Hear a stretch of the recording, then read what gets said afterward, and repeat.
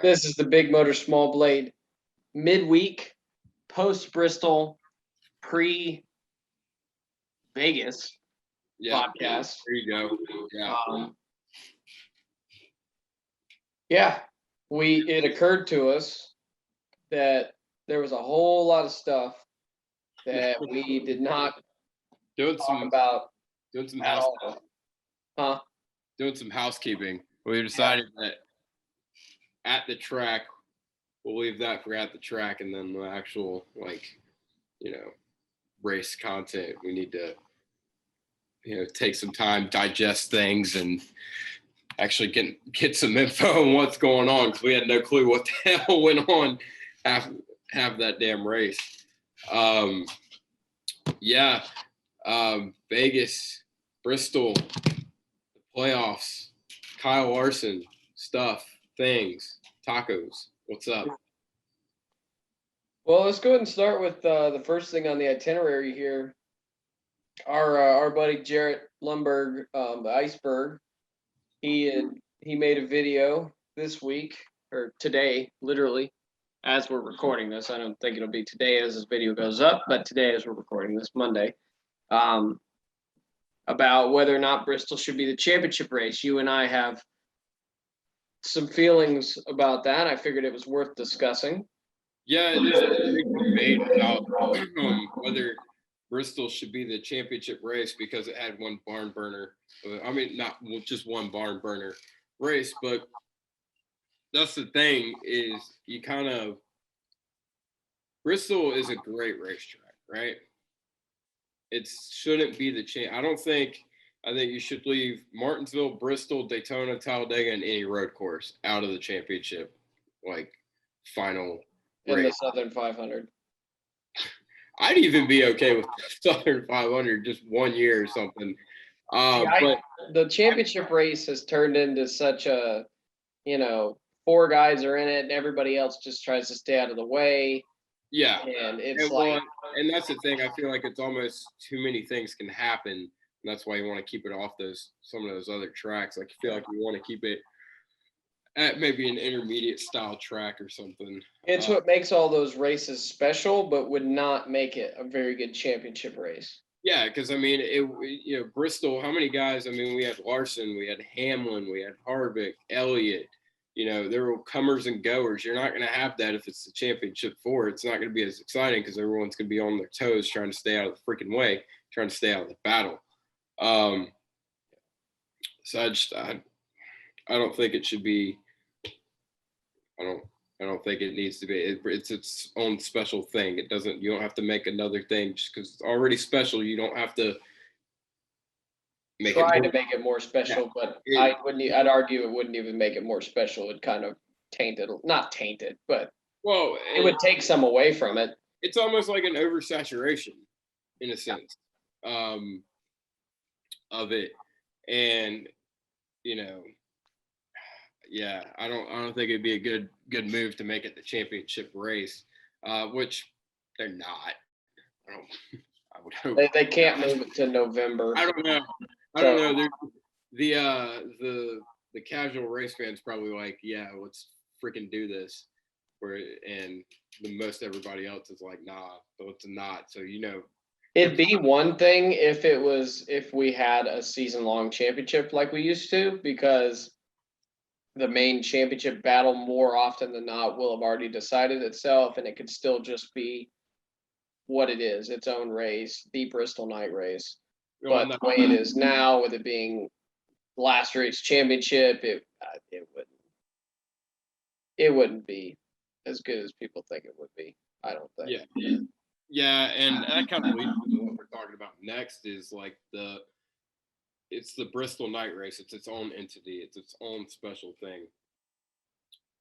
And a lot of people have been kind of shitting on the dirt race now, because it wasn't a absolute complete, classic race its first year out. And it's also, we had this awesome race at Bristol, and now everyone's like, we don't want the dirt race. I mean, we'll leave I'll pull up this clip here of Dale Jr. Let's see. Let's see if I can figure out how to zoom. There we go. Okay. All right. And so what Junior had to say about it. This used to be our best-selling ticket, and now we've come to the point to where they think they need to put dirt on top of it to put on a great show. But we're back to being able to show people what this racetrack can do, and it's amazing to me that as much as happened here tonight in the history of this racetrack, we've never replicated it anywhere else. You just can't. The place is just so unique. So I think that's pretty amazing. Also, going forward. Yeah, so that was basically it. Junior said Junior kind of took a whack at the dirt race there. I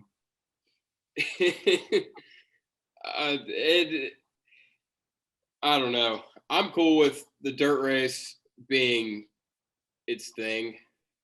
Well, especially since you take into account the attendance factor at the spring race, which has been bad for a while. You take into account also that this race is now more special, I think, because it's the only concrete pavement Bristol race. It's not, you're not getting two of them a year. You're getting this one, and this one was fucking awesome. Yeah. So you get that. And next year with the Bristol race being at night, whether or not people want to argue about it being Easter, whatever, but it being at night is certainly going to help the race because dirt racing is better at night. Sunlight doesn't dry the track out as much. The dust isn't as bad. Visibility's better. I still think the dirt race is too long.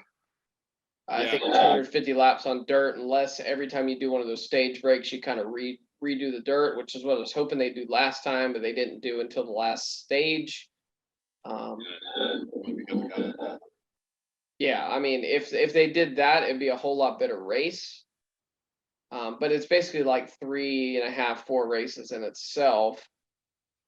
Part of the beauty of a NASCAR Cup race, as long as they are, is the fact that the track changes so much and you kind of have to deal with it. But yeah, with a one dirt race a year, I think you can kind of ignore all that for the, making it as good of a dirt race as you can. Yeah. Yeah, like you were saying, what the hell is that noise? I didn't hear. Must be me. I don't know what the hell that is. What's up, Happy? That shit. Where did he come from? All right. Yeah. Part of the beauty of doing at-home podcasting. His first appearance on the podcast. What's up, buddy? Yeah, no, it kind of makes the Bristol night race, like you said, it's the only concrete Bristol race. And I think it only builds excitement for it even more than it already did. I mean, Bristol, the night race has always been, it was, you used to have put on a waiting list to even get a ticket to the race. And you had to buy tickets for the spring with it, right? I don't know. Oh no, that was, never mind. That was you had to have 500 tickets to get Brickyard 400 tickets. That's what it was, or something. Oh, never mind. Yeah. Off topic. Shit, I lost my train of. Anyway, yeah, and you used to have to get put on a waiting list for it. It's not like that anymore. But the hype has always been, it's the Bristol night race, right? I feel like now more than ever, now that it's the only Bristol race, I feel like it's the only Bristol pavement race. Yeah, Bristol pavement race. Yeah. It's almost coming to its own. It's always been kind of like a big race. I feel like it's almost replaced Indianapolis as a crown jewel event. Yeah. I mean, in my eyes, it was always more of a crown jewel than Indianapolis anyway. Yeah, but I feel like for the general public, I mean, me and you, both know Bristol's been Bristol night race has been huge forever, but I feel like now it's like you got your 4, You got your 4. They're all OG tracks on the schedule. Daytona, the 500, the 600 in Charlotte, the Southern 500, and the Bristol night race. I mean, it doesn't get much better than that. Now, here's the funny thing. Now the dirt race is at night. It's also Bristol, and it's also at night. Yeah. I mean, we had half of the last decade, both Daytona races have been at night. So I mean, it's not. Yeah, but it's not a Daytona night race in July or August. It doesn't change it. I don't think it changes that because with the dirt, it changes so much about the track. I don't think it makes that big of a difference. Yeah, no. Well, no, what I was saying is the fact that there's two Bristol night races now. The second one's called the Bristol night race, and now there's 2. But yeah, I mean, I think the dirt race just happens to be at night. The other one is the night race. Yeah, exactly. I think, like I said, I think it's cool that it's the only pavement race. I think it makes it even more special. Yeah. And then also the dirt race, I feel like people are giving it shit because of how it was this year and how, visibility was an issue and all that. And it's kind of, I think every race deserves at least 2 chances, right? Like Coda this year, there were people writing off Coda. I want Coda's fault. It was a damn monsoon. And then the Indianapolis road course, like, what are you doing? I was changing. I feel like I only had you and then me barely in the top corner, so now I got us side by side. Anyway, so if you were watching and wonder why it was just Buddy for a while, then that's my bad. We're still learning the whole Zoom thing. Like, what the hell is he focusing on? I figured out how to do it. Yeah, I meant to tell you before. Yeah. But anyway, yeah, I feel like Bristol, the dirt race, you never know. At night, it could be absolutely freaking amazing. It was pretty great. Once they treat the track, it's pretty great. Yeah. It's pretty good. You just can't let the track run as dry as it did. Like they did for 200 laps. Yeah. Because I mean, you rewatch like the first like 50 laps of race when they had completely redone the track after the truck race. That was fucking awesome. I thought it was great. So, you run that middle 100 laps in the middle there, and you just have the track that's dry as hell and drying out even more because the suns keep drenching on it. It's going to get bad. But of course, a lot of people who hated the dirt race were watching on TV. It looked a whole lot worse on TV than it did in person. I can guarantee it. Now, for a driver's perspective, no. And on a restart, it was bad. But once it got going, it really wasn't that hard to see. I never at one point lost the cars in a fucking cloud of dust or anything. Yeah. So. Yeah, and I think, I mean, we pretty much said it right there. What I was saying a minute ago is every track needs 2 chances before you write it off. I mean, Bristol dirt, they kind of screwed up making it daytime. The track was dry. Indy, I mean, the road course, I mean, if she'd fix the fucking curb. Your guy did not run over the damn thing and break it. It's definitely going to be tough with it having to be a temporary curb, but we'll have to see. Robert Pinsky has like $4.5 bajillion. Like, I think he could figure out how to make a curb not come up. Yeah, it's odd because like Charlotte uses temporary curbs and they run that all over them things and they've never had a problem. Yeah, maybe Indy sucks. Maybe Charlotte's superior. I don't know. Well, they weren't like the same curbs. Like so Charlotte uses like rumble strips. What? So maybe the 600 is better all along.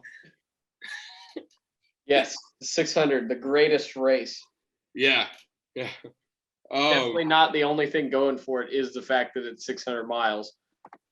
Yeah. But yeah, I mean, the curb coming up there, Coda, for instance, the monsoon. I think every new race deserves at least 2 chances. Even if it's a shit show to begin with, give them a benefit of the doubt, let them learn. Well, I mean, people only remember the bad anyway. If you ask them in 2018 what they thought about the Roval, they're like, "Oh yeah, that was a total shit show at the end of the race." Like, well, most of the race was fairly benign. I thought it was a fun race, but it was fairly benign. There wasn't a whole lot of crazy shit going on. Yeah. And that's the same thing with the Indy Road course. Yeah. I think I think they did it right putting it at night this year for the dirt race. But kind of got off topic there. The night race. Kyle Larson, man. God. He's back. I wrote him off. You wrote him off. You did write him off. I really write him off. But I felt like they were lacking a little bit the first couple of races of the playoffs. And I disagreed. Yeah, I mean, you're probably right. And yeah, he went out there and fucking. I mean, they hadn't won on an oval since Nashville, so with a slight assist, but I don't know what you're talking. No, I'm kidding.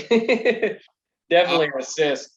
I still don't know where they got the right rear damage from. I'm trying to figure that one out. Yeah, I mean, and that's the thing, dude. Kyle Larson, man, holy shit. I mean, this is huge for him because he's always wanted to win the Bristol night race. And it's just, I don't know, dude. He's just fucking good. I mean, how many people would have saved that car when he was getting, like, dude, I mean, anybody else is junked. Yeah. No one you might save that car the first time Harvick gets in the back bumper of you. You ain't saving it twice. Going into one, I thought he was done. At the very least, the motherfucker saved the gas. I thought at least he'd be like lose his momentum going into one and Harvick get under him. No, he didn't lose a fucking thing. Like, oh. I am so glad I was like shit faced, dude. I would have had a fucking heart attack. Yeah, if I hadn't been. Like I noticed they got into each other. I did not notice how sideways he was in the moment. Dude, it's still like the more I watch it, the more I'm amazed by it. I did not understand the severity of the situation in the moment. Dude, I was watching it. I had a bird's eye view of that motherfucker, and he was. I could read the 5. I could read the 5 on the side of his car. That should have been a red flag to me in the moment. Yeah. I could see a little bit more of that 5 than I really could a minute ago. Huh. Weird. Well, that's odd. Anyway, he's leading. 3 to go. Fuck it. Yeah, 3 to go. Yeah, dude. Oh God. I started running the front stretch a lap later, so I wasn't really thinking. Yeah, man, dude, and Kevin Harvick, man. This is reminding me of the Kevin Harvick of old, who just is. What did I say earlier? He's pissed off, and he's got a fire lit under his ass that he hadn't had. I felt like he hadn't had in a while. That hot-headed Kevin Harvick that we had back in the early 2000s and even early in the 2010s. But it's not healthy. No. It's not for the good. It's not because he's just that passionate about. I mean, he is that passionate about sport, but it's because they've been running like shit this year, and you saw it. You saw the desperation. Oh yeah. Out of Kevin. I mean, you don't try and junk a guy on the front straightaway if you're not desperate. Yeah, exactly. I mean, the Chase Elliott thing. I mean, you look at that. I mean, dude, that was kind of born out of that too a little bit. Like, I mean, he wouldn't have pinned him. Not that he did anything wrong. That's Bristol racing. I don't think either of them really did anything wrong. But he wouldn't have tried to pin him as hard up against the lap car, Balicki, if he hadn't been. I don't know about that. I don't know about that. I think he does it anyway. I think he does it anyway. I mean, Chase did it to him. Yeah. No one. It wasn't like it was 5 to go. It was 35 to go. You still like if he doesn't get him there, he still has time to come back. No, but no one noticed it. But earlier, when him and Chase were coming up on the 66, Chase put him behind the 66 coming off the 2. Yeah, that's true. Yeah, I mean, that's no problem. Like I don't. Yeah, that's like we said, it's Bristol. And I don't think him getting into Chase Elliott was out of desperation, because I mean, you look at it, cars have been getting loose underneath each other all weekend long, going through 1 and 2. Like truck race. I mean, did you see for the first 100 laps, every time Larson went to turn 3, he got a little loose getting into the fucking sticky stuff. And they go into 3, and Chase is right there on his door. I mean, now Harvick doesn't necessarily. You don't see him get loose. He got loose up the hill. Yeah, it slipped a little bit, and that's what started it. It wasn't intentional. He didn't drive into the corner. He's like, I'm gonna send this fucking 9 car. But I mean, if you're Chase Elliott, you don't know that. You think I just got pinned behind this lap car, and then he sends it in there, damn near puts me in the wall, and then cuts my tire down. Yeah. So both sides of the equation, but God, dude, he got out of the car. Oh my, holy shit, man. Well, yeah, I mean, in his eyes, he just got fucked out of a Bristol night. I mean, he did get fucked. I mean, he did. Yeah, he did. Absolutely. Here's the thing. He got fucked. Chase got fucked. I feel like they're even. Doesn't it's all right, but I feel like they're even. I don't feel like anybody owes anything after this. No, but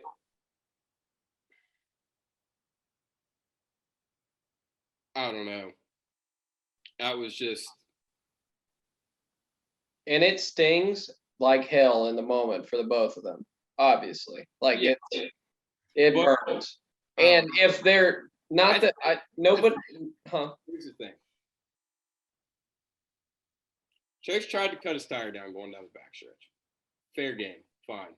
Yeah. But you fucked up. You missed, guy. You missed. Go on.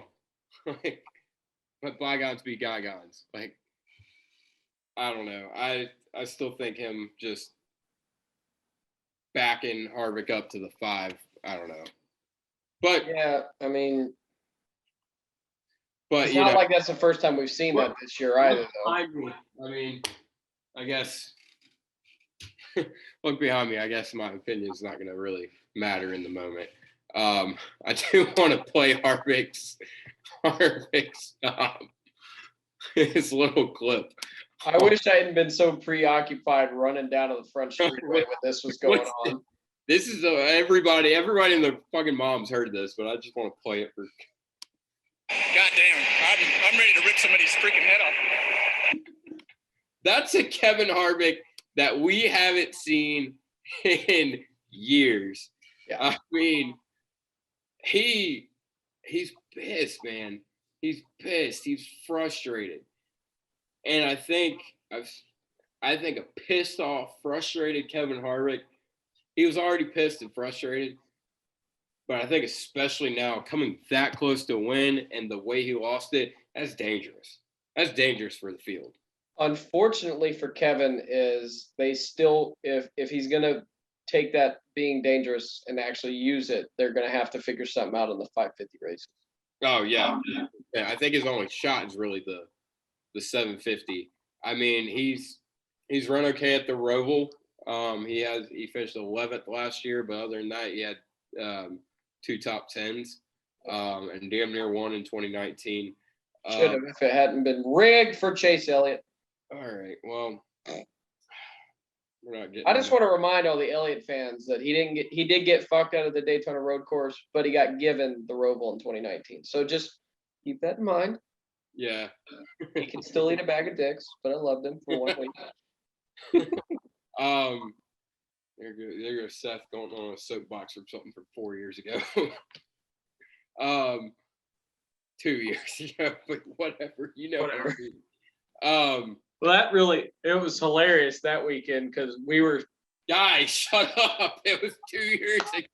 No, the funny thing was that Colin and I were sitting beside a Chase Elliott fan, but I didn't realize he was a Chase Elliott fan because he wasn't wearing gear. And a caution came out, like I think it was the second to last or last caution. And I looked at that guy and he gave me like fucking shit. And I looked at him and I said, yeah, they're trying to give this race to the 9. Colin goes, dude, he's a Chase. And I looked at him I'm like, I'm not wrong. Anyway, I thought that was funny. Completely irrelevant. Completely. You got to have a little bit of completely irrelevant moments in this, buddy.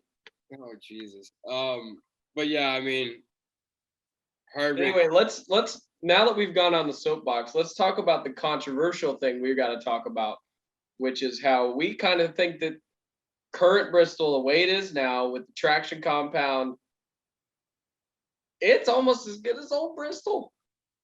Oh yeah, no, for sure. Like I mean, I don't even know if I'd put almost in there. I'm just trying to hold on to a little bit of it. I think it's almost better. I mean, honestly, yeah, I think it's as good at least.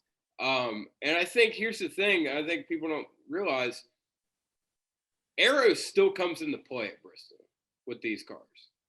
It 100% does. I don't know that train around the bottom bump and run style. I could be wrong. I don't know that wouldn't not be as entertaining and not be I don't know that would be the way it is just because of the aero game. Even with the low downforce, high horsepower, even with, everything, you still, I mean, Larson's car still wasn't as good the other night because of his left rear being fucked up. Yeah. So, and we saw, I mean, it was a little bit different because they had the different package in 19, but with De Benedetto, just that little damage he got when he ran up on Newman that one year, and it just made him too tight. So they lean on the bodies so much in the shop these days, obviously until next year when we get to, and even then, I don't know, they still might be able to get them to the shop and lean on them a bit, but yeah, I don't feel like, because you get a handful of times of knocking the hell out of somebody to get them out of the way, and you've probably pushed the nose in, you're probably going to be tighter. Yeah. You'd probably have a lot more passing just because guys got loose right in front of you than bump and run. But even then, I don't know. Just sliding it into the corner, basically. Yeah, and I think what I was more getting at is like dirty air. Honestly. What I love in traction compound has been such a I guess dirty word recently because they completely ruined Texas for Indy cars. Texas was already ruined when they repaved it, but it works incredibly well at Bristol, and we need to not lose sight of that. Like it doesn't need to be everywhere. Obviously, like the resin worked really well for Nashville. PJ1 has not worked in Texas. It didn't work in Kansas, but at Bristol, it's worked very well, and it hasn't become the only line you can run. It has just become, it is even the bottom line up with the top. Yeah. In a way that when they reconfigured Bristol, the top was just so dominant, you could really not pass on the bottom.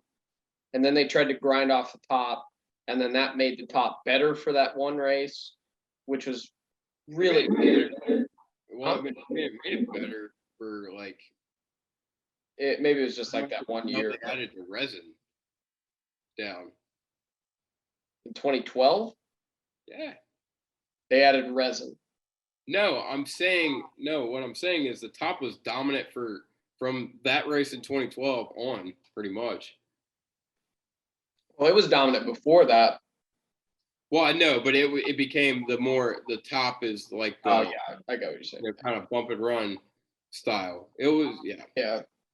That was a weird race, but it was fun, but it didn't really last that long. 2013, they were back to basically the same as they were before.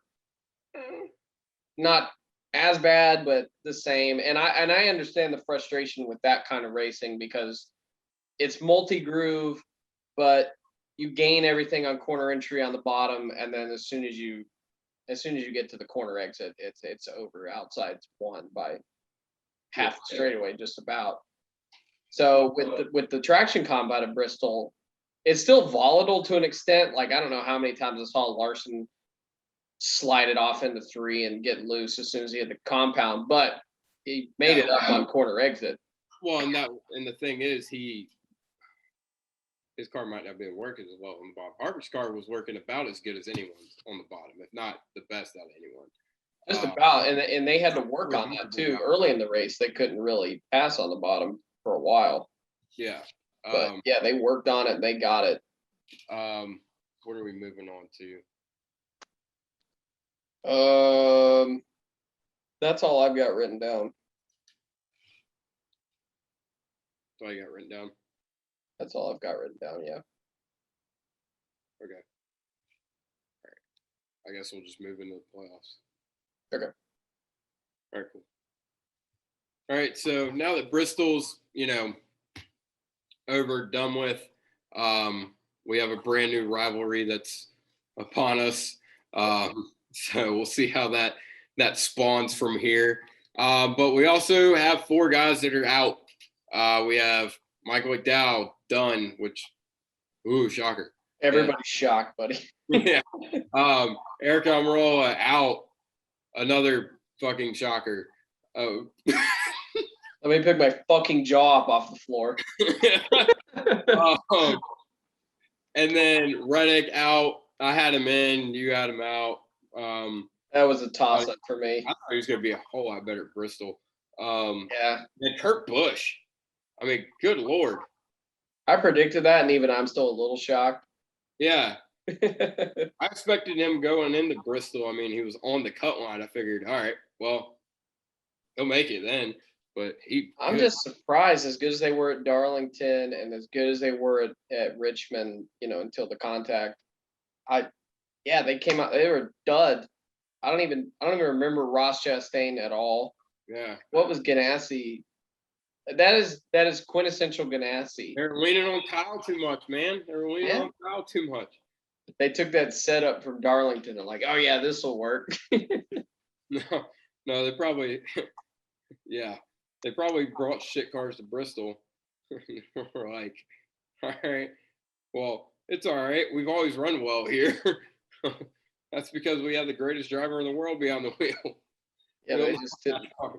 They realized it. They just couldn't do anything with it. Yeah. But anyway, round of 12. I'll go ahead and pull up the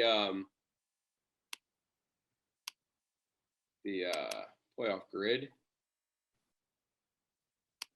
There we go. All right, so that is a blurry picture, but you see it. See if I can move us over here. That work? Cool. Wait, can I do that? I'm the one recording. Do what? Oh, there we go. Yep. Yeah, cool. All right. So Kyle Larson, about 3,059 points ahead of the whole fucking field. 30 points ahead of Truex, and then it's kind of a couple points here and there down the bottom where Harvick is. Yeah. I don't know who's going to be out. Who do you think is going to be out? I think Bowman and Byron are out. Really? Wow. Yeah. They haven't done anything in a while to really wow me. Well, here's the thing with Byron. I think Logano is in through some bullshit. I think Brad's out. Well, I think you really got to look at the tracks. I mean, Vegas, I feel like Byron will be good there. He's been good at pretty much all the 550 races. I mean, he's been. I think he'll be good, but not great and like good enough to like separate himself. And then Here's the thing. I think as long as he can survive, let's start from here. Let's just start from the top. Kyle Larson, probably gonna get eliminated in the round of 12. I mean, let's be honest. yes, totally not the favorite to win Vegas and the Roval. Yeah, exactly. Probably. Yeah. I mean, hell, I'll pick him to win Talladega at this point. That makes one of us. Yeah. Larson definitely going to go through. I think we both agree Truex is going through. Hamlin's going through.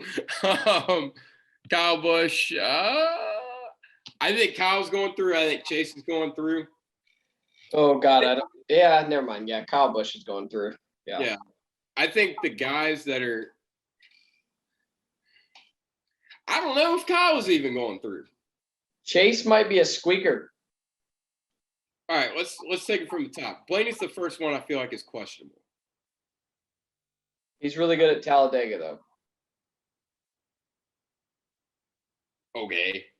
And think about it. If he hadn't run off the track at the Roval, he could have fucking won that last year. Yeah. I think I would put him through. I think I put him through, but not. He can't. Soundly. The team can't. They can't be the 12 team that they've been the past however many years. I mean, well, think about they ran pretty well at Darlington until the brake issues. They ran pretty well for them at Richmond, and they finished 4th at Bristol. So they're not that far off. They're not far off, but. And now I think they're coming to tracks like Blaney could have won Vegas in the spring last year. Actually, him or Bowman would have won that if the caution hadn't come out. Well, here's the thing. They have to execute, and they have been, I'd say, in the bottom 4 of this group as far as execution goes. Probably, yeah. They've gotten the wins, but as far as like overall execution throughout the entire season, I feel like they're in the bottom 4 of that. Kyle Busch. Here's the thing I worry about. He's gonna have to win Vegas because I feel like he's probably not going to do good at Talladega. I'm pointing at the things as if you could see my finger pointing at the races. I feel like they're down there. They're down there. Still down there. Anyway, that's fucking chicken shit. Told him that was a chicken shit move. God damn, I already ripped somebody's freaking head off. Yeah. Talladega, Kyle Busch, that's the thing. When's the last time Kyle Busch made it through Talladega race? 2017 spring. I don't even remember that. Oh yeah. Yeah. When's the last time Kyle made it through a plate race? A long time. Don't even have Daytona 2019, maybe. Yeah, probably. Where he refused to pass Denny Hamlin. And then he's been garbage at the Charlotte Roval. He's had some shit happen to him. But they haven't been there. They have not been there. I feel like Kyle Busch is going to have to do really good at Vegas, which has never really been a great track for Kyle anyway. No, he's only got the one win, right? Yeah, he's only got the one win, and it's not like he's run fantastic there. No. I mean, so I think Kyle, they're going to have to put history aside. They got to get through. I think they can survive. I think they can do fine at Vegas. I think if they survive Talladega, they're going to be in a good spot. Yeah, that was kind of my point. If they could survive Talladega, they got through this round having the one mulligan. Well, I mean, hell, they kind of had two, but it was the round of 16. I feel like that's different. I feel like you're not going to get two mulligans from here on out. I don't exactly, yeah. Unless you're the 5 team, maybe, because you got such a big point cushion. Yeah, exactly. Chase Elliott, I feel like he goes through. I feel like he'll run top 10 at Vegas. Whatever happens at Talladega, and I feel like he scores a bunch of stage points and finishes with Roval. Problem for Chase is he is not guaranteed to win the Roval anymore. He doesn't have to win it. Well, I know, but he can't like wreck Vegas and Talladega and nobody be concerned because he's just going to go win the Roval. He's got I feel like he runs how he's been running at the 550 race. He has a solid run at Vegas. He doesn't get. I feel like my point is here the gap between Elliott and Logano, the first car out, is 9 points.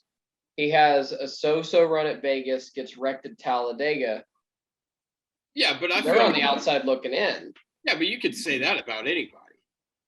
You can. I know. I'm just pointing out specifically about Chase because they're not guaranteed to win the Roval like they have been the past couple of years. Well, that's irrelevant. I mean, not really.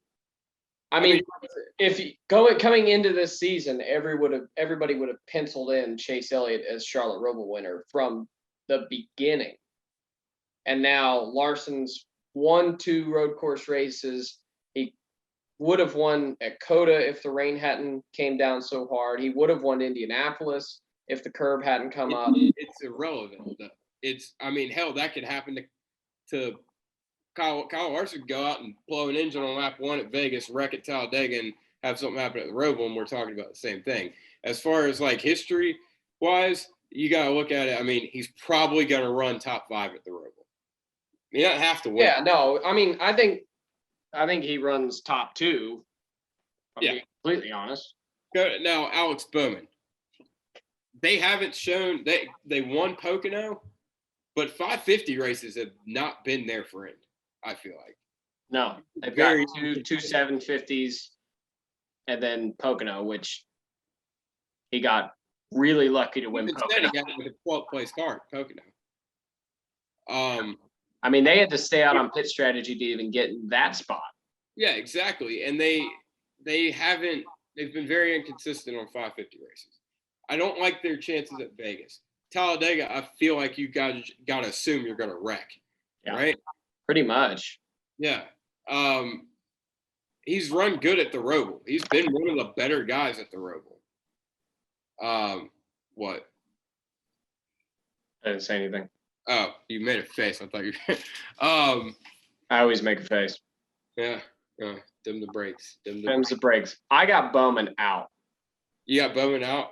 Yeah, they have done nothing in the past 2 months to make me think they're going to move forward. Yeah, I think. I mean, at this point, I got Byron out too. I don't have Byron out. I think Byron's going to go out. He's going to run good at Vegas. Like I said, got to assume you're going to wreck it. Talladega, he's always been good at the Roval. He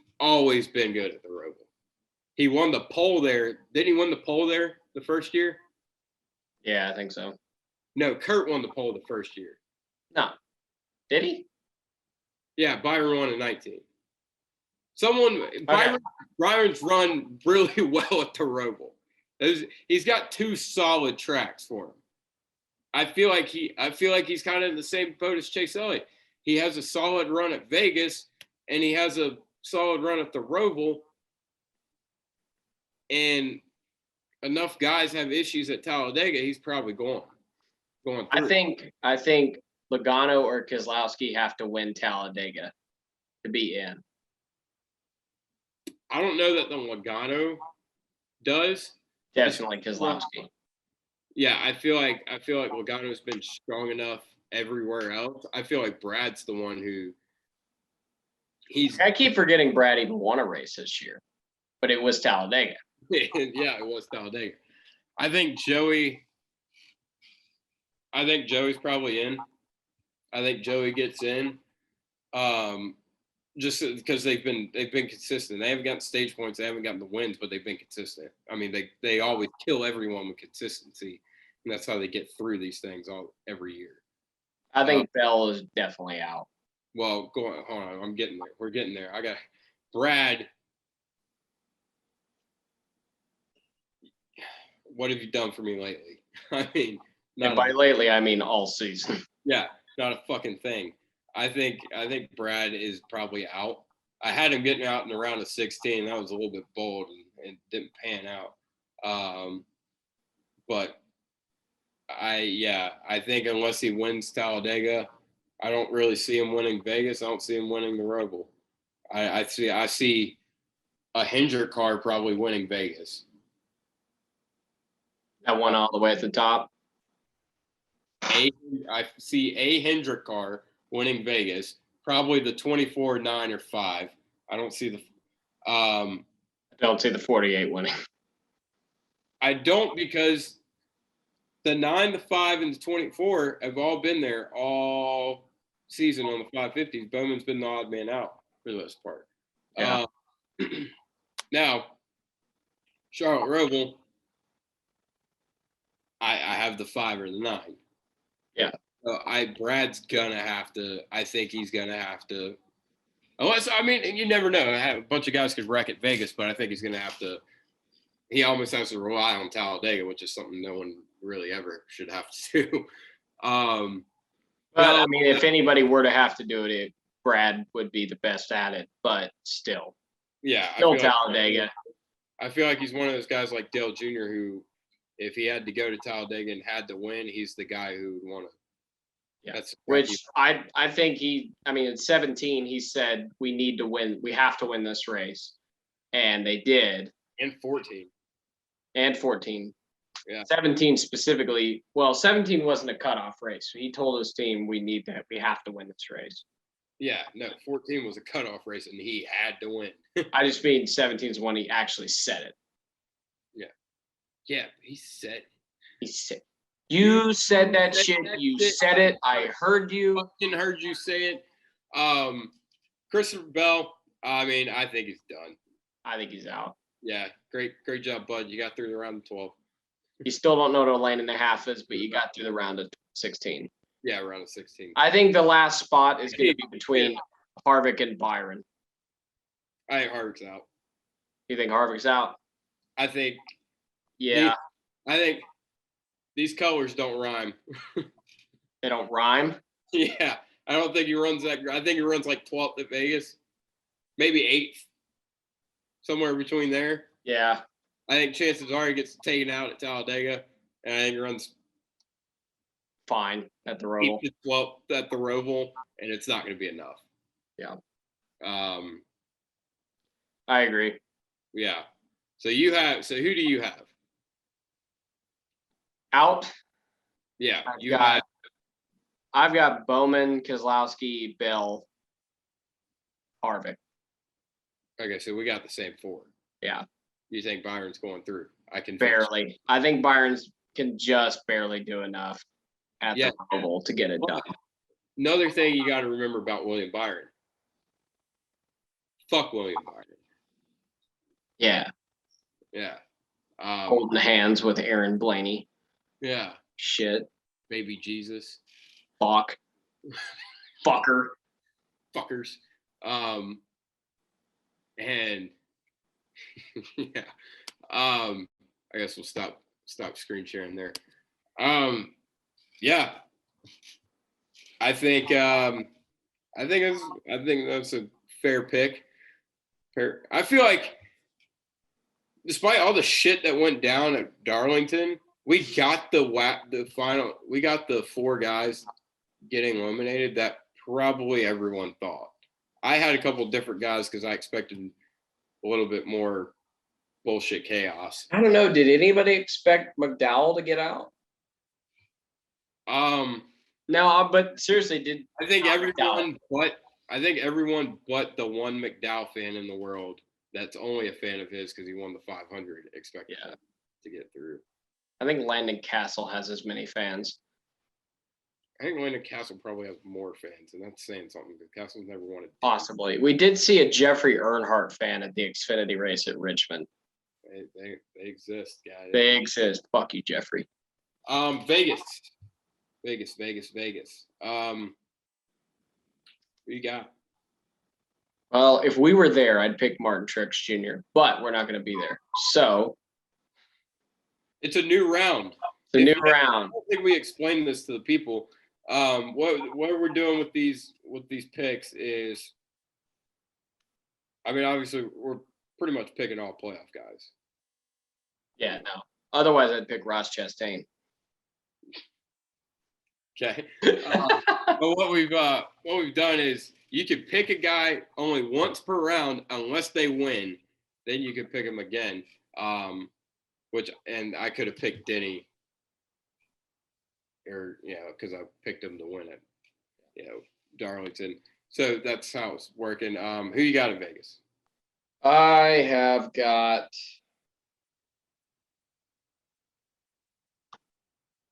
Kyle Busch. You got Kyle Busch? Sure. Why? I don't know. I'm not pick. You know he's not. Fine. No, I'm picking Kyle Busch. I'm not gonna pick Larson because I don't think sweeping's tough. So I don't think he's gonna do it. I think Larson's gonna win. Fair I'm picking Kyle. I think he's gonna sweep. Sweep. Here's why. I think he's gonna sweep, and that'll make it to where I could pick him at the Roval. I'm holding on so I can pick him at the Roval, but I'm still not going to. I think it's gonna be, honestly, I think it's gonna be one of the 3 Hendrick cars that isn't the 48. I could see Chase being incredibly dangerous this week too. Yeah. Now Kevin Harvick, I think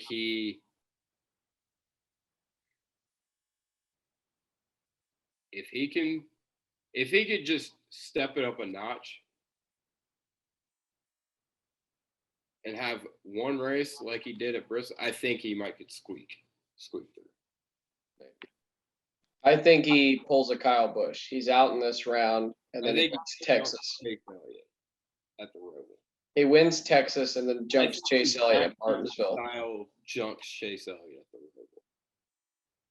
No, I think he's out this round. Junks Chase Elliott at Martinsville. I mean, full Matt Kenseth. Just junks his ass. Gets suspended for Phoenix because NASCAR. Because NASCAR. No, they give him a 2-race suspension. They got him for Phoenix, and he can't race in the 500. No, better yet, no, really punish him. You can't race Phoenix, and you can't race the LA Clash. There we go. Yeah. That'll teach him. Yeah, no, that's not going to happen. They wouldn't suspend him into the 500. I can guarantee that. No, they wouldn't. But yeah, I'm picking Larson. I think he's going to sweep Vegas. I think he's back on his bullshit, and he's gonna do it. I guess you're back on your bullshit. Basically, yeah. Yeah. Kyle Busch is my surrogate Kyle Larson pick. I'll just put it that way. What the fuck? Why? I won't do it. I won't you actually pick Kyle Busch every time you want to pick Kyle Larson. Yep. And I'm gonna pick Chase for the Roval. You just have to get drunk enough. You should have to get Seth drunk enough, and he'll pick Kyle. Yeah. Yeah. I was trashed during the red flag at Bristol, and all of a sudden I'm like, yeah, Kyle's gonna win the fucking race. Gonna win. But you just prove if you say he's gonna win, he's gonna win. I don't follow. Yeah. Look, man, I wore the 5 hat because I think you're Oh, we're both wearing 5 hats. That just occurred to me. Yeah, but you don't count. That's true. It's true. But yeah, I think Kyle's gonna win at Vegas. I think Winston is back. I think that was last week at Bristol was the most Winston thing we've seen all year, and that's saying something. It's been a very Winston year. Shout out to the Garage Guys, Garage Guy Chase, Dale Tanhart. You guys are fucking great. It was great hanging out with you guys. Shout out to everyone we talked to on the Buddies Boys Safari. These past 3 weeks have been amazing. Better than we could have ever imagined. Yeah. I mean, really, we thought it was kind of going to be, touch and go there. And it's really been amazing these past 3 weeks being at the track. Got a couple weeks off till the Roval, but we will be back. And Buddy Boys Safari will be bigger than ever. Have some great at the track. We'll try to get some actual racing in the podcast. Yeah. for the race vlog. I would imagine this is kind of the way we're gonna go with the podcast moving forward. We're gonna do more of these. Either you're gonna be here, I'm gonna be there, or we're gonna be over Zoom, kind of doing a. I think that for the races that we're not there, we'll probably put out a Monday, Tuesday, or probably more of a Sunday night, Monday breakdown of the race. Yeah. But for the weeks that we're at the track, we'll get you a lot of race coverage, a lot of good shit there, and then we're gonna have this kind of midweek, looking back and moving forward. Yep. Yeah. Anything you want to say to the people? Just keep watching. If you got anything you want to say, let us know. Obviously, subscribe if you want to see more. And we appreciate anybody who clicks on the video, even for 4.5 minutes. 4.5 minutes. Damn right. Well said. Well said. What do I gotta say? Which, if you clicked on the video for 4.5 minutes, you wouldn't have heard that anyway. But whatever. Yeah, exactly. Couple things. This Kevin Harvick Chase Elliott rivalry, I'm gonna have as much fun with it as possible. Hopefully you guys realize it's all in good fun. But with that being said, Chase, you can eat a bag of dicks. Fuck you, William Byron. Quinn the fuck Half. We didn't even mention Quinn Half. I'm gonna enjoy these. I had to get them in there, man. Yeah. I'm gonna enjoy these last 7 races with you, buddy. And can't wait for Quinn to go to Cody Ware Racing with Rick man. Ware. Watch out, Kevin Harvick's gonna rip somebody's damn head off. Bitchin'. We don't say that enough. Cut.